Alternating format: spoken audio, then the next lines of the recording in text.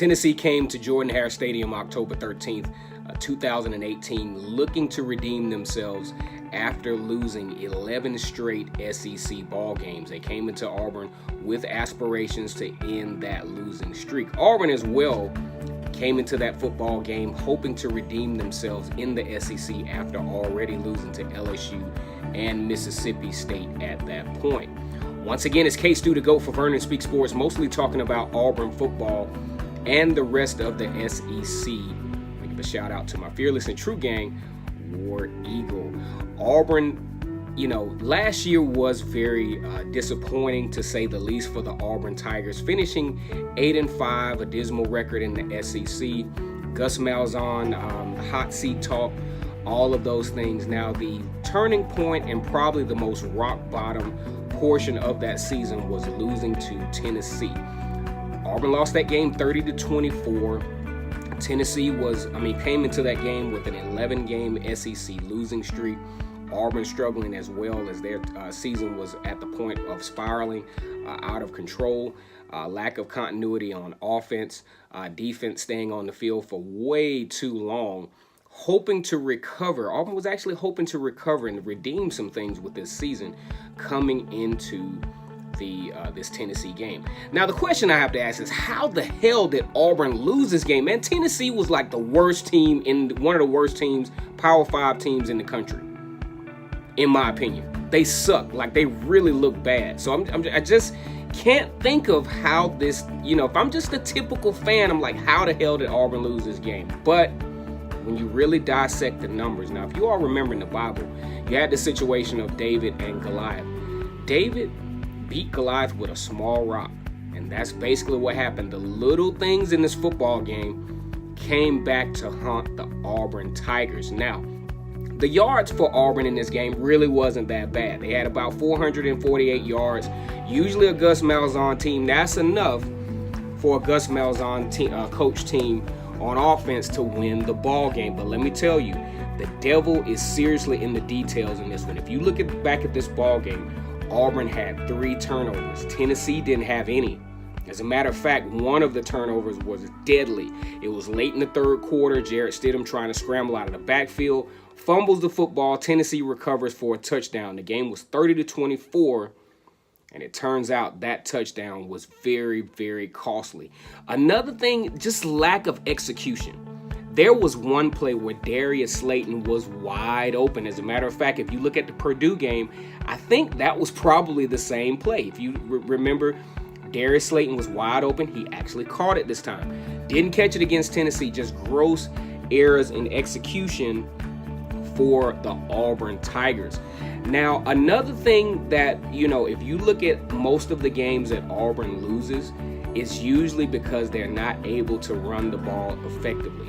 Something that stood out to me in this game is whenever you see Schwartz, who I think is the fastest player in college football, but he's a utility guy. He's a guy that you use as a change of pace or to get teams off balance. He shouldn't be your leading rusher in this team.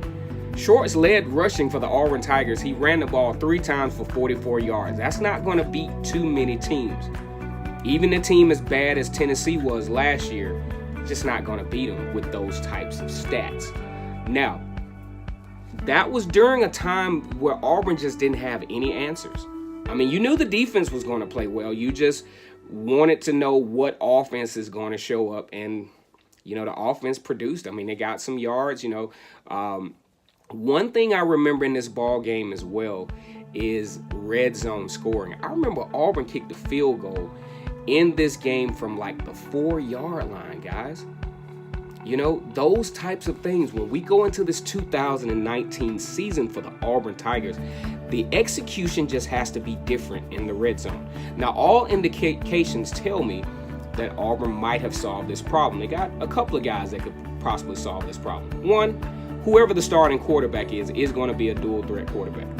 He'll be able to run the football. He'll be a threat in the red zone.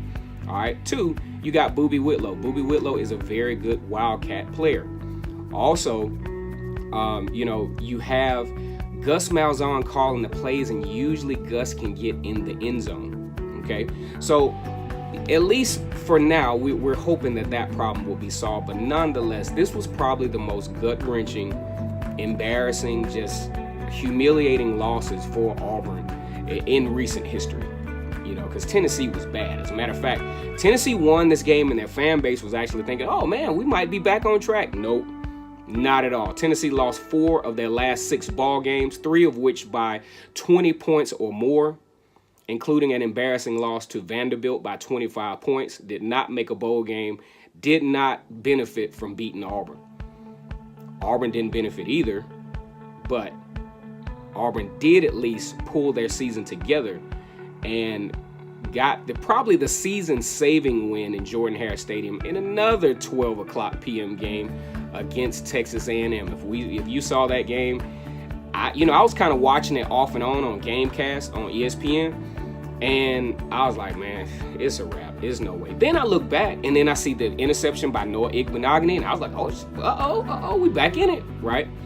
And Auburn performed a very, very good comeback in that ball game.